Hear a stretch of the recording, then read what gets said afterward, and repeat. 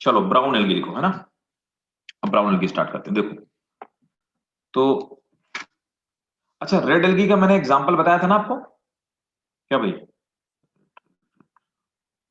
देखो मैं बता देता हूँ एक एग्जांपल रेड एल्गी का। देखो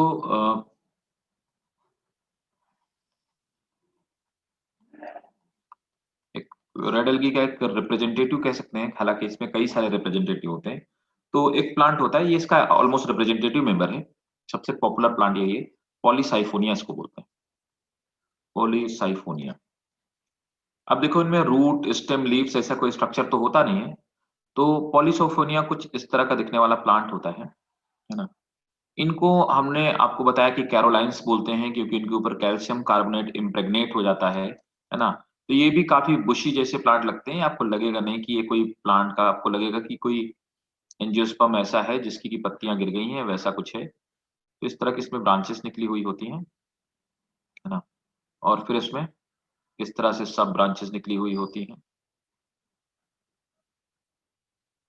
इस तरह से सब ब्रांचेस निकली हुई होती हैं।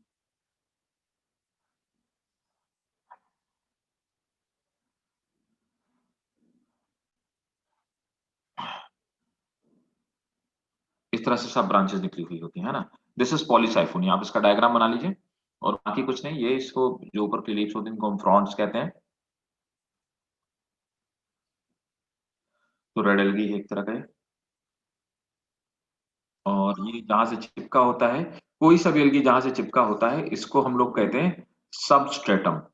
तो जिस प्लेस पे चिपका होता है ना, जिस रॉक पे चिपका होगा उस रॉक को हम लोग बोलेंगे सबस्ट्रेटम, है ना। और एल्गी रूट जैसा स्ट्रक्चर तो पाया नहीं जाता है, तो इसीलिए जिस स्ट्रक्चर की मदद से चिपके होते हैं उस स्ट्रक्चर को हम लोग होल्ड फास्ट कहते हैं। तो होल्ड फास्ट वो स्ट्रक्चर है जिसकी हेल्प से चिपके हुए होते हैं, और जिसमें चिपके होते हैं उसको हम लोग बोलते हैं सबस्ट्रेटम।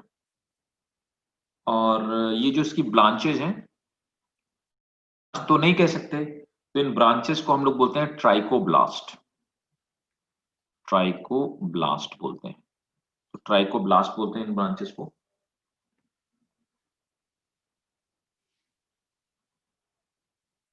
और इसकी और खास बात क्या होती है, इससे हम लोग ब्रोमीन निकालते हैं।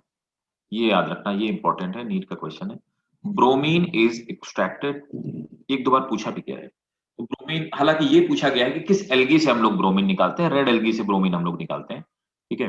तो आप ये स्पेसिफिकली याद रखिएगा कि रेड एल्गी में भी हम पॉलीसाइफोनिया से ब्रोमीन निकालते हैं, ठीक है। So this was all about the red algae. और अब आ जाते हैं हम लोग ब्राउन एल्गी में, है ना। तो देखिए ब्राउन एल्गी थोड़े से ज्यादा इंपॉर्टेंट है, क्योंकि उनकी इकोनॉमिक इंपॉर्टेंस ज्यादा है।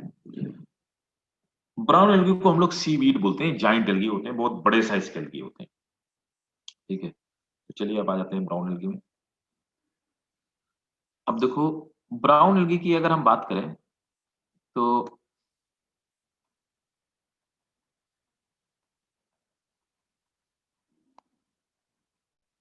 आप देखेंगे ब्राउन एल्गी में एक एल्गी होता है लैमिनेरिया ना, ये भी इसका रिप्रेजेंटेटिव मेंबर है ब्राउन एल्गी का। ब्राउन एल्गी की खास बात क्या होती है, बहुत बड़े बड़े होते हैं, ये 100 मीटर तक के हो सकते हैं ब्राउन एल्गी ओशंस में। सोचिए ट्री नहीं है, they are a just soft kind of plant, और 100 मीटर तक लंबे हो सकते हैं ब्राउन एल्गी। ये इस तरह से इसका होल्ड फास्ट होता है। और अपर स्ट्रक्चर जो होता है फॉन्ट्स की तरह होता है।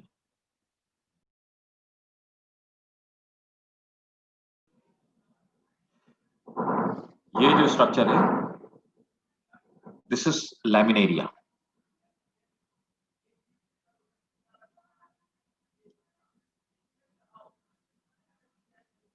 ब्राउन एल्गी को हम लोग रखते हैं जिस क्लास में, तो ब्राउन एल्गी की क्लास को हम ऑलरेडी पढ़ चुके हैं।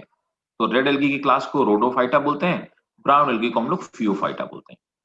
देखो क्या होता है कि ये जो फियोफाइटा है या ब्राउन एल्गी है, they are the giant algae, है ना।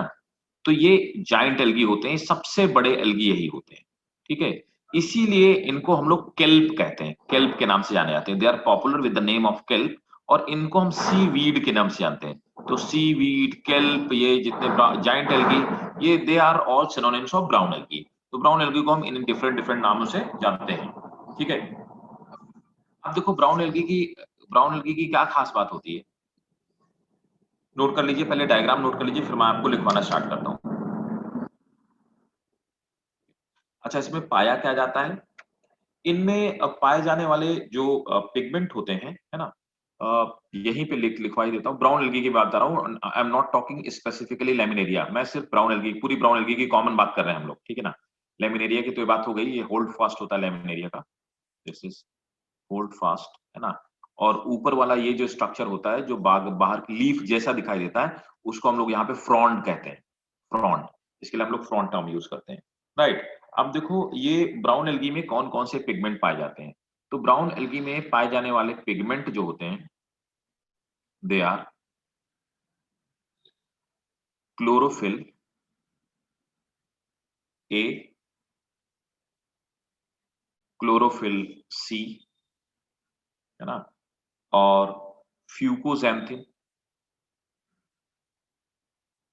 फ्यूकोजेंथिन, फ्यूकोजेंथिन एक्चुअली इसको ब्राउन कलर देता है, फ्यूकोजेंथिन मैं इसके सामने लिख देता हूं brown, fucoxanthin it gives brown colour, है ना। और फ्यूकोजेंथिन के अलावा इसमें कुछ कोलाइड्स पाए जाते हैं, वो हम लोग बात करेंगे, बाद में बात करेंगे। और इसका जो रिजर्व फूड होता है, तो ये तो हो गया पिगमेंट, ब्राउन कलर देने का जो क्रेडिट जाता है फ्यूकोजेंथिन का जाता है। क्लोरोफिल ए मैंने आपको लास्ट क्लास में बताया था कि ये क्लोरोफिल ए क्लोरोफिल बी से कम एडवांस होता है ना, फोटोसिंथेसिस के मामले में, ठीक है। और एक और इसमें खास बात जो मैं आपको बताने वाला था, क्या बता रहा था, ये तो पिगमेंट हो गया। और ब्राउन एल्गी, हाँ, इसमें रिजर्व फूड जो होता है, रिजर्व फूड, तो हमने देखा था रेड एल्गी में फ्लोरिडियन स्टार्च था, इसमें रिजर्व फूड लैमिनेरिन होता है। ये सब क्वेश्चन बहुत पूछे जाते हैं, इसलिए मैं आपको स्पेसिफिकली अलग से दिखा रहा हूँ लैमिनेरिन। तो लैमिनेरिन जो होता है ये भी स्टार्च के जैसा ही होता है, तो लैमिनेरिन इसमें रिजर्व फूड होता है। First point, they are mostly marine, they are mostly marine, maximum ये मरीन होते हैं, they are mostly marine. Fresh water rarely exceptional हो सकते हैं।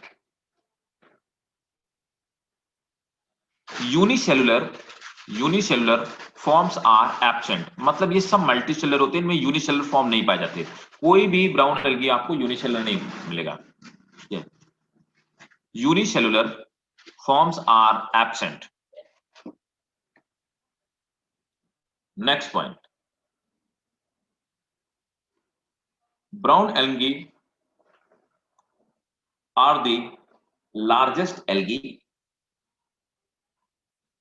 brown algae are the largest algae, comma, the giant brown algae, the giant brown algae are called kelp, the giant brown algae are called kelp। तो जो बड़े brown algae होती हैं उनको हम लोग केल्प कहते हैं। अब देखो इसमें सबसे बड़ा, so largest kelp means largest brown algae, तो सबसे जो बड़ा ब्राउन एल्गी होता है, लार्जेस्ट ब्राउन एल्गी, उसका नाम है मैक्रोसिस्टिस। तो मैक्रोसिस्टिस सबसे बड़ा ब्राउन एल्गी होता है, लार्जेस्ट ब्राउन एल्गी इज मैक्रोसिस्टिस, मैक्रोसिस्टिस। मैक्रोसिस्टिस जो होता है ये 40 से 100 मीटर तक का हो सकता है, it can be from 40 to 100 metre. एक और होता है नीरियोसिस्टिस, मैक्रोसिस्टिस और नीरियोसिस्टिस। नीरियोसिस्टिस इतना बड़ा तो नहीं होता, फिर भी नीरियोसिस्टिस 20 टू 30 मीटर का होता है, बहुत होता है 20-30 metre.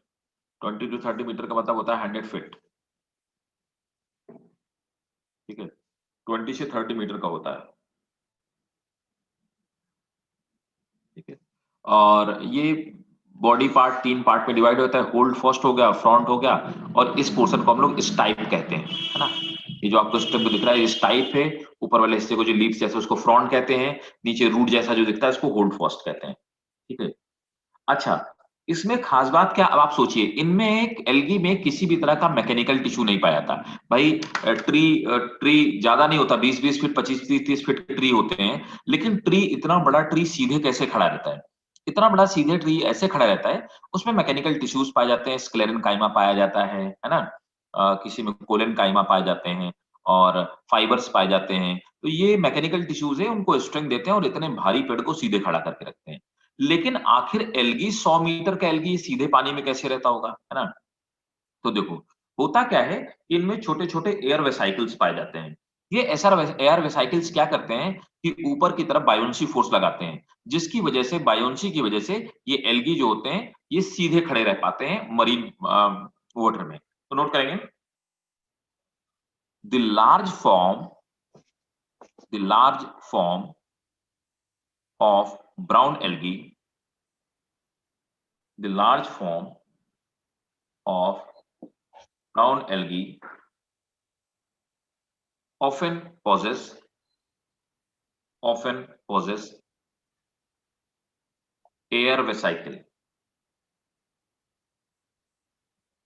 often possess air vesicle or bladder for providing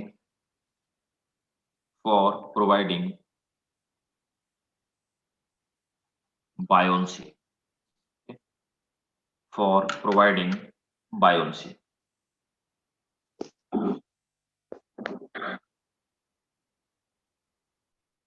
ठीक है। अब देखो, एल्गी में जो कंपोनेंट पाए जाते हैं, केमिकल्स पाए जाते हैं, तो एल्गी को जैसे सड़ने से बचाने के लिए, या एल्गी को फिशेस से, ताकि कोई भी किसी तरह का प्रीडेटर्स को खाने ना पाए, है ना, इसके ऊपर कोई भी प्लांट ग्रोथ ना होने पाए। तो मैंने आपको जब एल्गी के कॉमन फीचर बताए थे, तो मैंने आपको बताया था कि एल्गी के ऊपर फाइकोकोलाइड्स पाए जाते हैं। फाइकोकोलाइड्स होते हैं जेल जैसे सब्सटेंस, है ना। तो एक्चुअली क्या होता है कि फाइकोकोलाइड्स का यूज क्या होता है? फाइकोकोलाइड्स का यूज भाई ये होता है कि ये एल्गी को प्रोटेक्ट करने का काम करते हैं। कैसे प्रोटेक्ट? एल्गी एक प्लांट है और प्लांट वाटर में पाए जाते हैं। वाटर में प्लांट सड़ जाते हैं, वाटर में प्लांट सड़ जाते हैं, तो प्लांट वाटर में सड़ने ना पाए, इसके लिए फाइकोकोलाइड्स क्या करते हैं, प्लांट की पूरी बॉडी के ऊपर एक कवरिंग बना लेते हैं, जो कि प्लांट को पानी से सड़ने से बचाता है। ठीक है। तो पहला प्रोटेक्शन का काम ये हो गया। दूसरा, ये टेस्टलेस होता है, तो नॉर्मली फिशेज इसको नहीं खाती हैं, तो इसको नुकसान ना पहुंचे, दूसरा फंक्शन ये करते हैं, है ना। तो ये प्लांट, और तीसरी खास बात कि अगर किसी लेक वगैरह में एल्गी पाया जाता है, मरीन वाटर में नहीं है, लेक में है, तो लेक में क्या है कि पानी कम हो गया तो प्लांट सूख सकता है, तो सूखने ना पाए, इसके लिए भी उसको हाइड्रेट करने का काम करते हैं एल्गी को, क्योंकि जेल जैसे होते हैं और जेल की वाटर होल्डिंग जो कैपेबिलिटी होती है वो काफी ज्यादा होती है। तो अब देखो, जो फाइकोकोलाइट्स होते हैं, अब इन फाइकोकोलाइट्स, ये तो प्लांट अपने लिए यूज करता है, लेकिन हम क्या करते हैं, इन्हीं फाइकोकोलाइट को एक्सट्रैक्ट कर लेते हैं और इनसे कुछ प्रोडक्ट बना लेते हैं। जैसे कि कुछ फाइकोकोलाइट्स मैंने आपको बताए हुए थे रेड एल्गी में, लास्ट क्लास में। ठीक है। तो इसमें भी कुछ फाइकोकोलाइट्स निकलते हैं, तो नोट करेंगे, द कॉमन फाइकोकोलाइट्स आर एल्जिनिक एसिड। तो एक तो हम इससे निकालते हैं ब्राउन एल्गी से alginic acid, fucoidan fucoidan and फ्यूसिन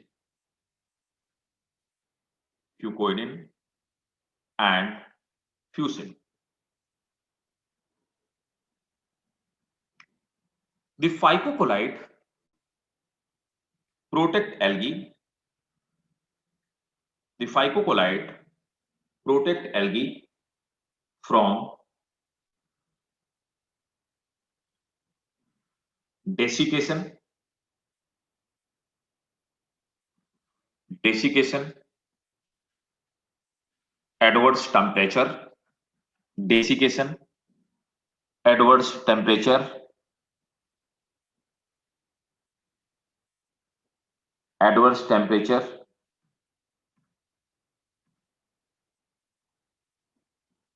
adverse temperature alginic acid, sorry, adverse temperature, and protection from predator. Protection from predator.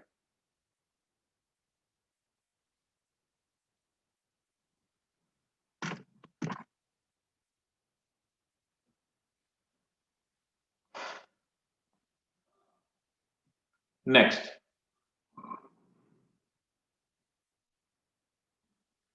the brown color of algae, अभी मैंने आपको थोड़ी देर बाद पहले बताया, brown color of algae is due to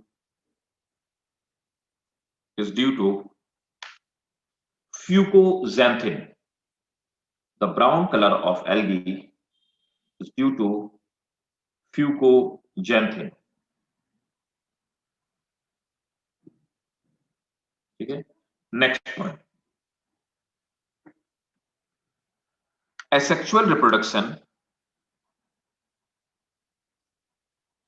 reproduction takes place. Asexual reproduction takes place through both motile and non-motile spores.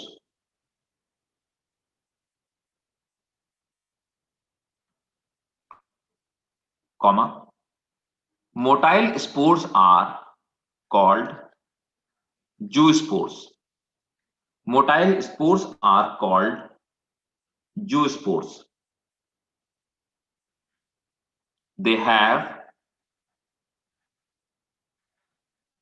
heterocont flagella. They have heterocont flagella. याद है ना heterocont? They have heterocont flagella. Next, sexual reproduction takes place through isogamy, anisogamy, and oogamy. Sexual reproduction takes place through isogamy, anisogamy, and oogamy. ठीक है ना? This was something about brown algae. ठीक, और laminaria को note कर लो. कुछ इसमें एक दो एक्स्ट्रा पॉइंट हैं जो आपके लिए नीट के क्वेश्चंस हो सकते हैं. लेमिनेरिया को हम लोग क्या बोलते हैं? लेमिनेरिया एक तो जाइंट एल्गी तो है ही. This is also called devil's apron. डरावना लगता है पानी के अंदर. Devils apron. लेमिनेरिया को हम लोग डेविल्स एप्रॉन बोलते हैं. अच्छा, सारगैसम इसी का मेंबर है, ब्राउन एल्गी है. सारगैसम कोई बता सकता है क्या कि सारगैसम क्या है? Why it is popular? देखो, सारगैसम इसलिए फेमस है कि आप देखोगे, जैसे आपने देखा होगा, थोड़ा सा मैप देखा होगा, तो आप देखेंगे ये वाला पार्ट अलास्का का पार्ट होता है, और अलास्का वाला पार्ट ये वही पार्ट है जिसको अमेरिका ने रशिया को बेच दिया. रशिया ने अमेरिका को बेचा था, ठीक है, कोल्ड वॉर के बाद पहले. और आप देखेंगे कि ये पूरा नॉर्थ, ये क्वींसलैंड वगैरह है, पूरा कटा फटा हिस्सा है ना अमेरिका का, और इसके नीचे ग्रेट लेक्स है. ये वाला एरिया जो यूं आता है अमेरिका का, है ना, ये वाला पार्ट. तो ये वाला जो पार्ट है नॉर्थ अमेरिका का, ऊपर आप देखेंगे यहाँ पे ग्रीनलैंड है ना, और यहाँ पे क्वींस आइलैंड है यहाँ पे, है ना. तो ये वाला जो पार्ट है अमेरिका का, इस वाले पार्ट पे, तो ये जो कोस्टल पार्ट है, इस जगह को हम लोग एक, यहाँ पे एक ओशन है. एक्चुअली यहाँ पर क्या होता है, ऊपर से आकर के गल्फ स्ट्रीम मिलती है, और नीचे से जो कोल्ड करंट्स होती हैं वो आकर के मिलती हैं. तो अब यहाँ पर क्या होता है कि बहुत ज्यादा धुंध होती है, मिस्ट होती है, मिस्ट बहुत ज्यादा क्रिएट होता है. इस वाले पार्ट को हम लोग बोलते हैं सारगैसो सी. सार्गेसो सी में इतना ज्यादा अमाउंट में सार्गेसम है ना, बहुत ज्यादा अमाउंट में यहाँ पे सार्गेसम पाया जाता है। यहाँ पे सार्गेसम इतनी ज्यादा अमाउंट में सार्गेसम मौजूद है कि यहाँ पर किसी भी तरह का शिप नहीं चलाया जा सकता, किसी भी तरह का नेविगेशन नहीं किया जा सकता है सार्गेसो सी में। दिस इज दी दुनिया में सबसे ज्यादा, ठीक है, लार्जेस्ट फिश डेंसिटी यहीं पे आपको मिलेगी इस एरिया में। लेकिन कमाल की बात क्या होती है कि इतना ज्यादा सार्गेसम है कि शिप्स के प्रोपेलर फंस जाते हैं, ठीक है। और यहाँ पर एनी टाइम मिस्ट बना रहता है, विजिबिलिटी भी नहीं है। तो विजिबिलिटी ना हो पाने की वजह से, प्रोपेलर फंस जाने की वजह से जितने जो फिशरमैन होते हैं वो यहाँ जाते नहीं है। लेकिन दुनिया में सबसे ज्यादा फिशेज इस एरिया में पाई जाती है। इसको सार्गेसो सी इसीलिए बोलते हैं क्योंकि सार्गेसम यहाँ पे बहुत ज्यादा अमाउंट में पाया जाता है। रीजन ये है कि कोल्ड करंट और हॉट करंट मिलती है, जिससे यहाँ पर ऑप्टिमम टेम्परेचर मौजूद होता है फिशेस के लिए भी और एल्गी के लिए भी, ठीक है। So that's why sargassum is famous actually, Sargasso Sea. So Sargasso Sea का जो नाम पड़ा हुआ है वो सार्गेसम से ही पड़ा हुआ है, ठीक है। और sargassum is also known as gulf weed, है ना। आयोडीन जो हम निकालते हैं, iodine is extracted from fucus and laminaria. Iodine earth में नहीं पाया जाता, फ्यूकस एंड लैमिनेरिया। तो जो नमक में आयोडीन पाया जाता है, मैं जब आपको पढ़ा रहा था 11th वालों को ये कि ग्वाइटर डिजीज कोस्टल एरिया में इसलिए क्यों नहीं होती है, सी में ब्राउन एल्गी पाया जाता है और जो कि इसी वजह से सी में मरीन वाटर में आयोडीन का कंटेंट काफी पाया जाता है, जिससे कि ग्वाइटर नहीं होता जो लोग कोस्टल एरिया में पाए जाते हैं। तो इसको हम लोग निकालते हैं फ्यूकस से, लैमिनेरिया से निकालते हैं। और मैक्रोसिस्टिस और नीरोसिस्टिस जो मैंने आपको बताया, उससे हम लोग पोटाश निकालते हैं। तो पोटाश इज एक्सट्रैक्टेड फ्रॉम, जो अभी मैंने आपको जाइंट एल्गी बताया, मैक्रोसिस्टिस एंड नीरोसिस्टिस, नीरोसिस्टिस, मैक्रोसिस्टिस, नीरोसिस्टिस। और एल्जिनिक एसिड,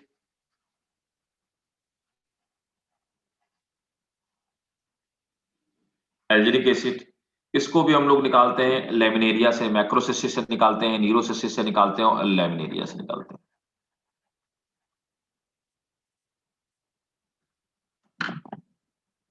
ठीक है। This was all about brown algae.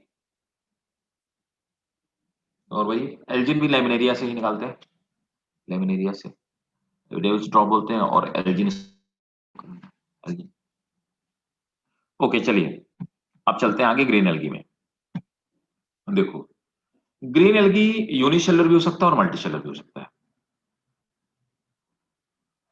तो ग्रीन एल्गी को, तो वैसे ही जैसे हम रेड एल्गी को रोडोफाइसी में रखते हैं, रेड एल्गी का क्लास, रोडोफाइसी वो क्लास है जिसमें हम रेड एल्गी रखते हैं, और फ्यूफाइसी वो क्लास है जिसमें हम ब्राउन एल्गी को रखते हैं। उसी तरह से ग्रीन एल्गी का जो क्लास है दैट इज क्लोरोफाइसी। क्लोरोफाइसी वो क्लास है जिसमें हम ग्रीन एल्गी को रखते हैं।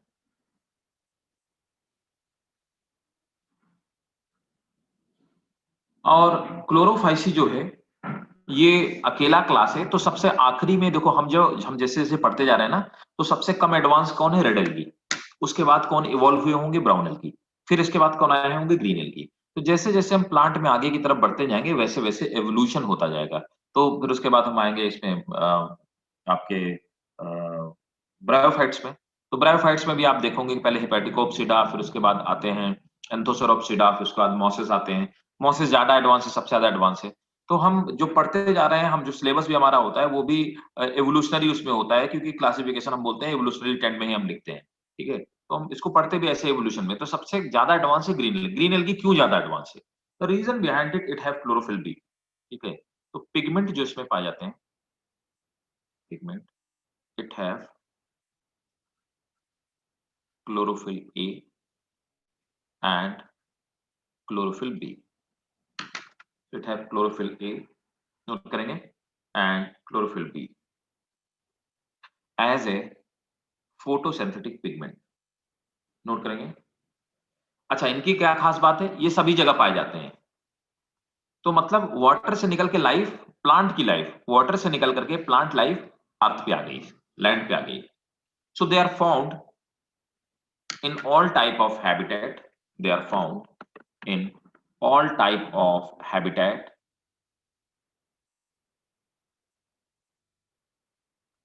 They are found in all type of habitat.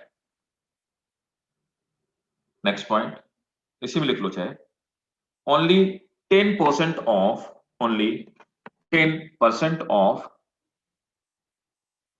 green algae are marine.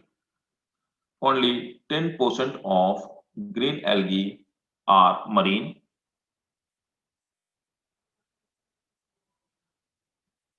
Majority of them are, majority of them are, majority of them are fresh water.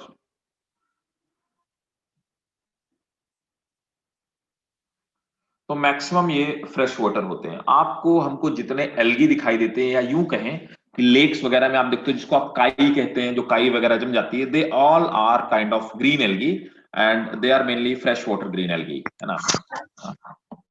तो देखो सबसे पॉपुलर इनमें जो इंडिया में पाया जाता है ना, तो देखिए ये मैंने आपको बताया, they can be, green algae can be unicellular, note कर लो, they can be unicellular as well as multicellular. तो ये दोनों हो सकते हैं, यूनिसेलुलर भी और मल्टीसेलुलर भी। यूनिसेलुलर का एग्जांपल है क्लेमाइडोमोनास, है ना। तो क्लेमाइडोमोनास आपने देखा होगा, क्लेमाइडोमोनास एक ग्रीन एल्गी है, ये यूनिसेलुलर ग्रीन एल्गी का एग्जांपल है। मल्टीसेलुलर बहुत सारे होते हैं, जैसे कि आपका कारा हो गया, एक कारा हो गया, एक स्पाइरोगाइरा हो गया। ये मैं वो एग्जांपल बता रहा हूं जो सबसे ज्यादा important, Chara, Spirogyra, they all are very important kind of algae. तो अब आप देखिए कि जो क्लेमाइडोमोनास होता है, मैं उसका स्ट्रक्चर आपको दिखाता हूँ क्लेमाइडोमोनास का।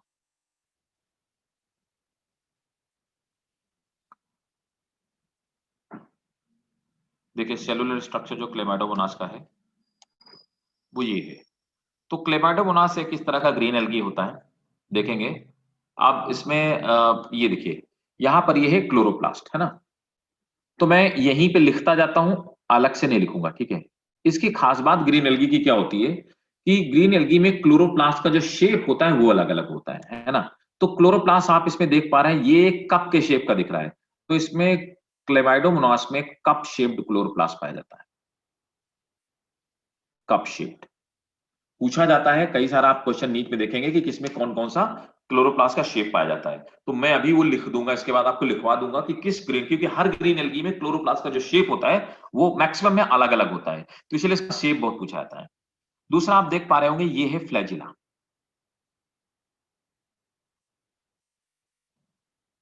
फ्लैजिला, है ना।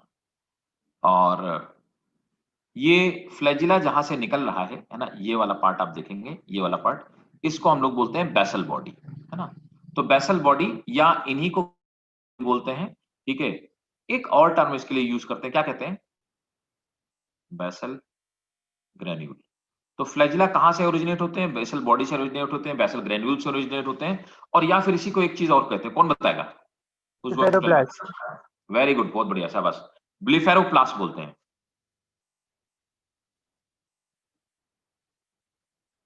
ब्लिफेरोप्लास्ट, है ना। तो अब देखिए, ब्लिफेरोप्लास्ट, बेसल ग्रेन्यूल और बेसल बॉडी, ये तीन एक ही चीज है, कहीं पे भी लिखी हूं। और इसी से, this is the origination point of flagella, flagella यहीं से ओरिजिनेट होते हैं। उसके नीचे आप देखेंगे कॉन्ट्रेक्टाइल वैक्यूल। कॉन्ट्रेक्टाइल वैक्यूल, हालांकि कॉन्ट्रेक्टाइल वैक्यूल प्लांट सेल का फीचर नहीं होता, लेकिन देखिए यहां पे कॉन्ट्रेक्टाइल वैक्यूल मौजूद है। कॉन्ट्रेक्टाइल वैक्यूल का फंक्शन होता है एक्सक्रीशन, एक्सक्रीशन। सेल वॉल पाई जाती है, ऑब्वियसली सेलुलोज की बनी होती है। ये एक बड़ा सा न्यूक्लियस पाया जाता है, गोल्गी बॉडी यहां पे मौजूद है, स्टार्च ग्रेन्यूल मौजूद है। ये क्या है, दिस इज रिजर्व फूड।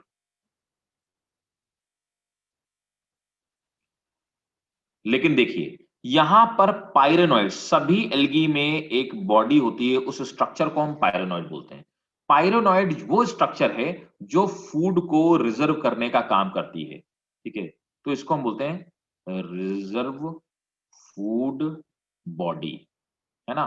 दूसरा आप देख पा रहे हैं यहाँ पे कुछ स्ट्रक्चर पाए इनको आई स्पॉट बोलते हैं। आई स्पॉट क्या होते हैं? They are photosynthetic organ, sorry photosensitive organelle, they are photo sensitive sensitive organelle. क्या काम होता है? देखिए, काम ये होता है कि जब लाइट निकली होती है, धूप आ चुकी होती है, तो ये सब लेक की सरफेस से, ये फ्रेश वाटर एल्गी है, तो ये सब लेक की सरफेस से, लेक की बॉटम से सरफेस में पहुंच जाते हैं और ऑप्टिमम लाइट को ऑब्टेन करते हैं और फोटोसिंथेसिस जम के करते हैं। जैसे ही सनलाइट जाती है, ये फिर से आई स्पॉट से सेंस कर लेते हैं कि लाइट जा चुकी है और ये नीचे की तरफ चले जाते हैं। जैसे आप देखते हैं ना आजकल कार में रेन सेंसिंग वाइपर आ रहे हैं, वो फिर ऑटो ऑटो ऑटो लाइट्स आती ना, तो वो ऑटो लाइट्स क्या होती हैं? जैसे आप ऑटो मोड पे लगा देते हो, जैसे शाम होने वाली होती है या टनल में आपकी कार अंदर गई, वो अपने आप लाइट ऑन हो जाएगी। मतलब जैसे अंधेरा होगा लाइट ऑन हो जाएगी। तो वो क्या है? वो सब आई स्पॉट की तरह काम करते हैं। They are a kind of photo sensor. तो वैसे यहाँ पे आई स्पॉट को हम लोग क्या बोलते हैं? स्टिग्मा भी बोलते हैं। Eye spot is also known as stigma in this lower plants. ठीक है। Yes sir. अब देखिए नेक्स्ट पॉइंट नोट कीजिए। अब इसमें पॉइंट्स नोट कर लो कुछ, है ना, फिर मैं आगे की बात करता हूँ। तो ये बात तो मैंने लिखवा दी कि सब हैबिटेट में पाए जाते हैं। अच्छा, एक क्वेश्चन है बहुत फ्रिक्वेंटली पूछा हुआ क्वेश्चन, है ना। पहले तो मुझे आप ये बताओ, मैं डायग्राम हटा रहा हूँ फिर। अच्छा, पहले मैं एक चीज पहले आपको बता दूं जो मैं आपको बताने वाला था कि क्लोरोप्लास्ट के शेप कौन कौन से शेप पाए जाते हैं क्लोरोप्लास्ट के। मैंने आपसे बोला ना कि ग्रीन एल्गी में बहुत सारे शेप पाए जाते हैं और ये भैया मैच द फॉलोइंग में नीट में कई बार क्वेश्चन पूछा गया। तो एक पहले पॉइंट लिखो। इन green algae the chloroplast have, in green algae the chloroplast have different shapes.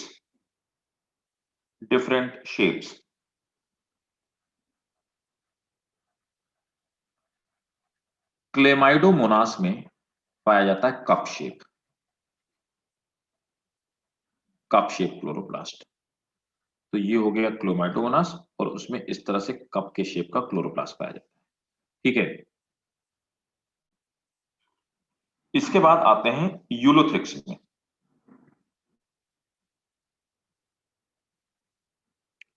Ulothrix में जो क्लोमाइडोमोनास जो क्लोरोप्लास्ट पाया जाता है, दैट इज गर्डल और कॉलर शेप होता है ना।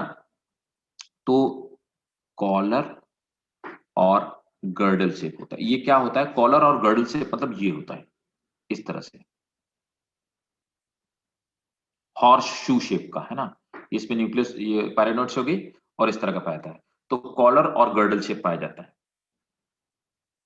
और इसमें स्पाइरोगायरा में रिबन शेप पाया जाता है।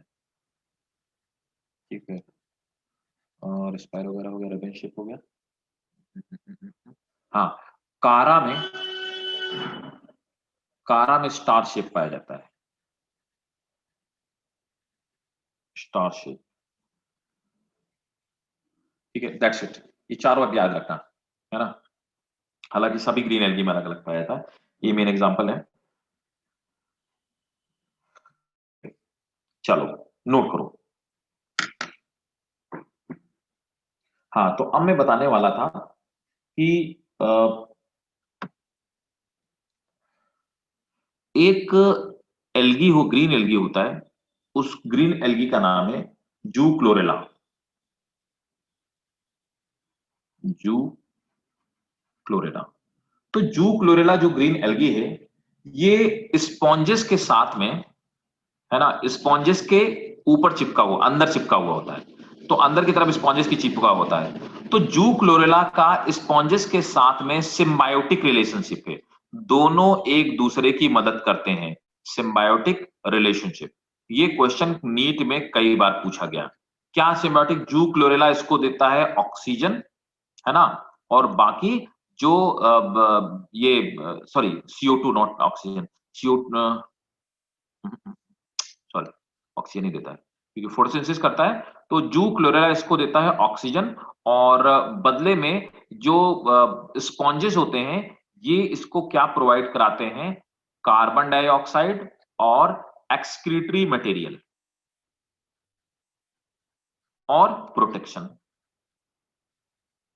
ठीक है, और ये इसको बदले में ऑक्सीजन प्रोवाइड कराता है। तो जू क्लोरेला और स्पॉन्जेस के बीच में एक सिम्बायोटिक रिलेशनशिप है। ठीक है, और एक और होता है, ये भी क्वेश्चन इंपॉर्टेंट क्वेश्चन है नीट का, ये एम्स में एक बार पूछा हुआ है कि एक होता है क्लैडोफोरा जो मोलस्कन की शेल के ऊपर उगाता है ना, तो क्लैडोफोरा।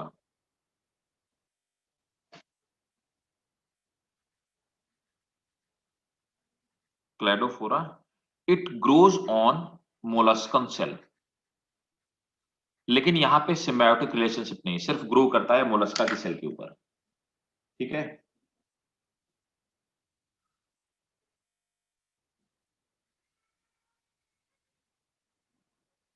और एक और है, एक ग्रीन एल्गी पैरासिटिक होता है।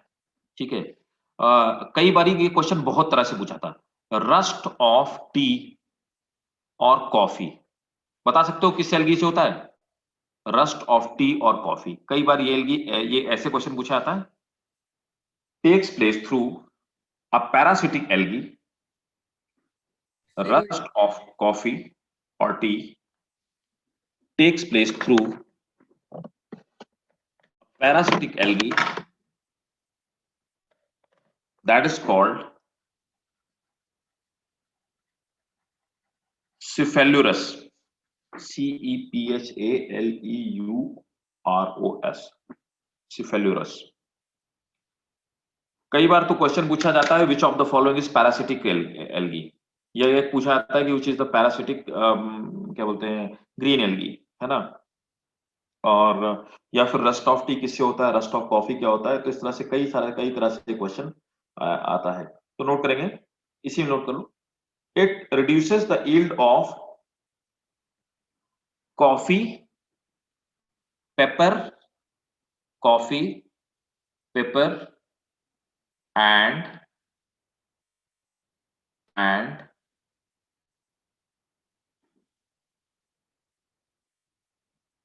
citrus fruits, citrus plant।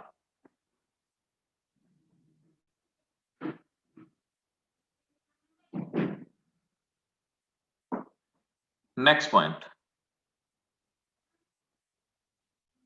green algae, green algae have green algae have green algae have cellulose cell wall, green algae have cellulose cell wall। Next, they have chloroplast with thylakoid, जो कि red algae में नहीं था। They have chloroplast with thylakoid। तो chloroplast में पाए जाते हैं, और क्लोरोप्लास्ट में थैलाक्वाइड्स, तो क्लोरोप्लास्ट में थाइलाक्वाइड्स भी पाते हैं, सॉरी THY, थैलाक्वाइड्स। ठीक है, तो मतलब ये एडवांस होते हैं, इनके क्लोरोप्लास्ट में भी डेवलपमेंट बाकियों के कंपेरिजन में ज्यादा पाया जाता है। क्लोरोफिल ए पाया जाता है, बी पाया जाता है, मैं बता ही चुका हूं। Next point, reserve food is starch, starch इसका रिजर्व फूड होता है।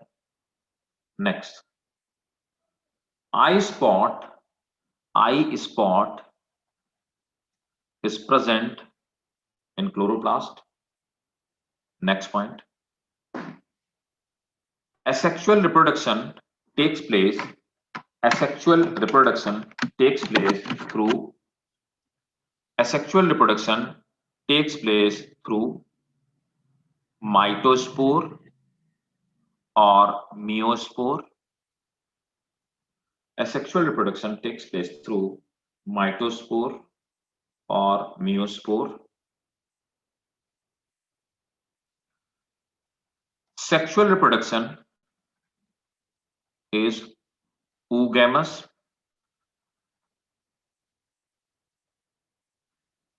Sexual reproduction is oogamous, isogamous, and gamous.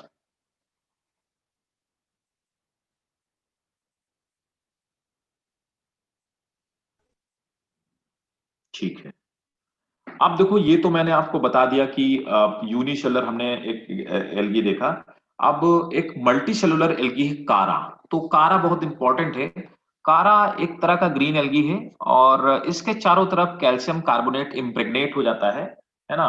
तो कारा जो होता है वो हार्ड सा स्ट्रक्चर इसको हो जाता है, इसीलिए कारा को हम लोग स्टोन वर्ट भी कहते हैं।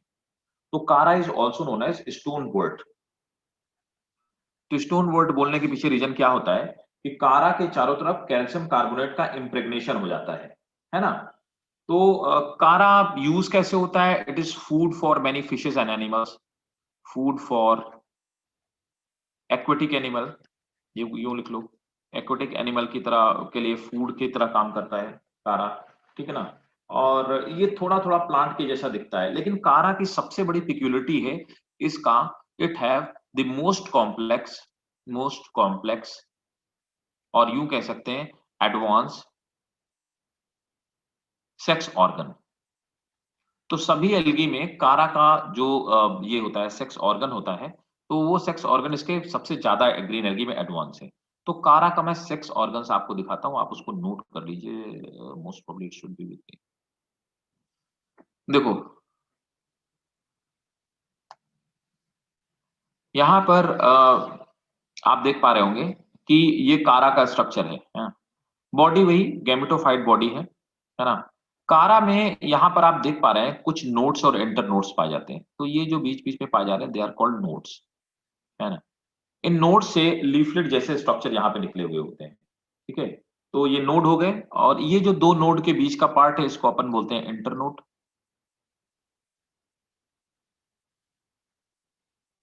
इंटरनोड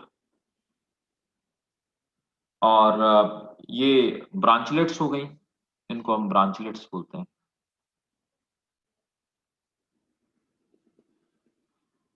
ब्रांचलेट।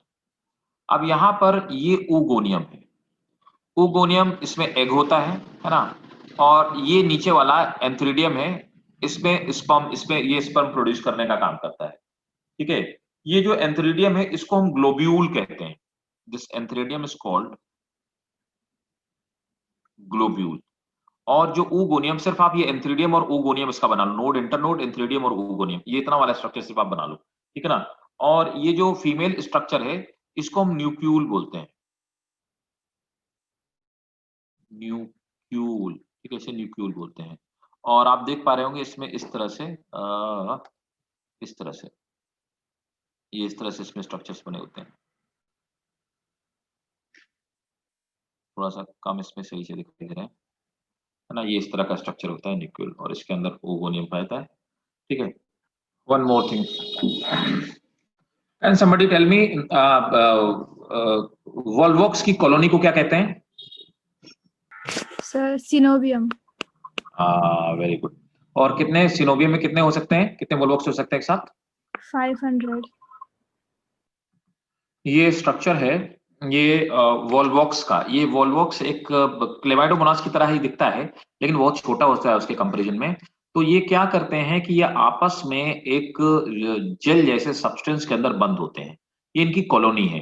तो इस कॉलोनी के अंदर और फ्लैजिला इनके बाहर की तरफ निकले होते हैं और आपस में एक दूसरे से साइटोप्लाज्मिक जो फाइबर होता है, इन साइटोप्लाज्मिक फाइबर से एक दूसरे से इंटरकनेक्टेड होते हैं, राइट। और ये अंदर पीछे की तरफ रिप्रोडक्शन करते हैं, आगे की तरफ मैच्योर एल्गी होते हैं। इस तरह की जो ये कॉलोनी होती है, इस कॉलोनी को हम लोग क्या बोलते हैं? इसको हम लोग कोइनोबियम या सिनोबियम कहते हैं, ठीक है। तो ये वॉल्वॉक्स में, ये एक वॉल्वॉक्स है, वॉल्वॉक्स। तो वॉल्वॉक्स जो पाया जाता है ये कॉलोनी में पाया जाता है। इसे मल्टी सेलुलर स्ट्रक्चर नहीं कह सकते हैं, क्योंकि मल्टी सेलुलर स्ट्रक्चर कहने के लिए दो प्लांट सेल आपस में एक दूसरे से प्लाज्मोडेस्माटा की हेल्प से जुड़ी हुई होनी चाहिए। यहाँ पे प्लाज्मोडेस्माटा जैसा कोई स्ट्रक्चर नहीं पाया जाता है, इसलिए, और ये आपस में इंटरकनेक्टेड नहीं है, इसीलिए इनको ये जो वॉल्वॉक्स की कॉलोनी तो हम यूज करते हैं। And this structure is called coenobium. Coenobium, ठीक है। तो ये जो सिनोबियम होता है, एक सिनोबियम के अंदर 500 से लेकर के 60,000 तक सेल हो सकती हैं, वॉल्वॉक्स की सेल हो सकती हैं, ठीक है। इतनी बड़ी ये कॉलोनी होती है। हालांकि मैं आपको बता दूं, आपने तो खैर नहीं देखा होगा, मास्टर्स वगैरह में इसकी स्लाइड्स वगैरह बनानी पड़ती है, तो ये जिस पानी से निकाला जाता है, इसके ये मुश्किल से सुई की नोक के बराबर होती है, एक छोटी सी जो सिनोबियम होती है इसकी, ये मुश्किल से सुई की नोक के बराबर होती है, ठीक है। तो ये याद रखना, सिनोबियम जो होता है, कितनी सेल्स मिलकर सिनोबियम बना सकती हैं, ये याद रखना, ये बताने का पर्पस था, ठीक है। और एक और एल्गी है, उसको जिसका मैं अभी नाम पूछ रहा था, स्पाइरोगाइरा। तो स्पाइरोगाइरा जो होता है, स्पाइरोगाइरा को वाटर सिल्क कहते हैं। वाटर सिल्क इसलिए कहते हैं क्योंकि ये पानी में सिल्क की तरह चमकता है, इसे वाटर सिल्क कहा जाता है। And this is responsible for algal Bloom. बहुत सारी जो एल्गल ब्लूम क्या होती है, खूब सारी एल्गी की एक मोटी सी लेयर बन जाती है लेक के ऊपर, जिससे कि नीचे के एनिमल्स मर जाते हैं। तो ये एल्गल ब्लूम के लिए, लेक्स में एल्गल ब्लूम के लिए रिस्पॉन्सिबल है spirogyra. And spirogyra is a green algae. और स्पाइरोगाइरा कैसा होता है, ये थ्रेड की तरह होता है, आप लोगों ने पढ़ा होगा क्लास 7 अर्थ में इनफैक्ट आता है। तो इस तरह से ये एक थ्रेड के जैसा स्ट्रक्चर होता है, और इसका जो क्लोरोप्लास्ट होता है, वो क्लोरोप्लास्ट इसका रिबन शेप, इस तरह से अभी मैंने लिखवाया आपको, रिबन शेप क्लोरोप्लास्ट होता है। ये इसकी न्यूक्लियस हो गई, है ना। तो इस तरह का ये दिखने वाला एल्गी होता है, और वेजिटेटिव रिप्रोडक्शन के थ्रू ये जितने हिस्से में टूट जाता है उतने नए प्लांट्स बन जाते हैं। बस इतना नोट कर लीजिए, ये ग्रीन एल्गी था। चलो एक और क्वेश्चन मुझे बताना, क्लेमाइडोमोनास में जो सेल वॉल होती है, ये क्वेश्चन इसलिए मैं आपसे पूछ रहा हूं, क्लेमाइडोमोनास में जो सेल वॉल होती है, that is not made up of cellulose. वो किस चीज की बनी होती है? इन क्लेमाइडोमोनास, पहली बात तो आप यही लिख लो, chlamydomonas cell cellulose is absent. Carbohydrate. Carbohydrate की पक्का? सेलुलोज तो फिर वो कार्बोहाइड्रेट, सेलुलोज भी कार्बोहाइड्रेट होता है ना, कॉम्प्लेक्स कार्बोहाइड्रेट है ना, पॉलीसेकेराइड होता है। म्यूसिलेज नहीं, खासकर म्यूसिलेज खुद में कार्बोहाइड्रेट है, और म्यूसिलेज तो सेल वॉल का स्ट्रक्चर नहीं, म्यूसिलेज तो सेल वॉल के ऊपर चिपका हुआ जेल है। इन Chlamydomonas cellulose is absent from cell wall and it is made up of glycoprotein. Note कर लो, it is made up of glycoprotein। और क्लेमाइडोमोनास और इसके साथ में क्लोरेला, ये और लिख लो, इसको हम लोग यूज करते हैं सीवेज ट्रीटमेंट प्लांट में। Chlamydomonas and chlorella are used in sewage treatment plant। ठीक है, तो हमारा एल्गी कंप्लीट हो गया।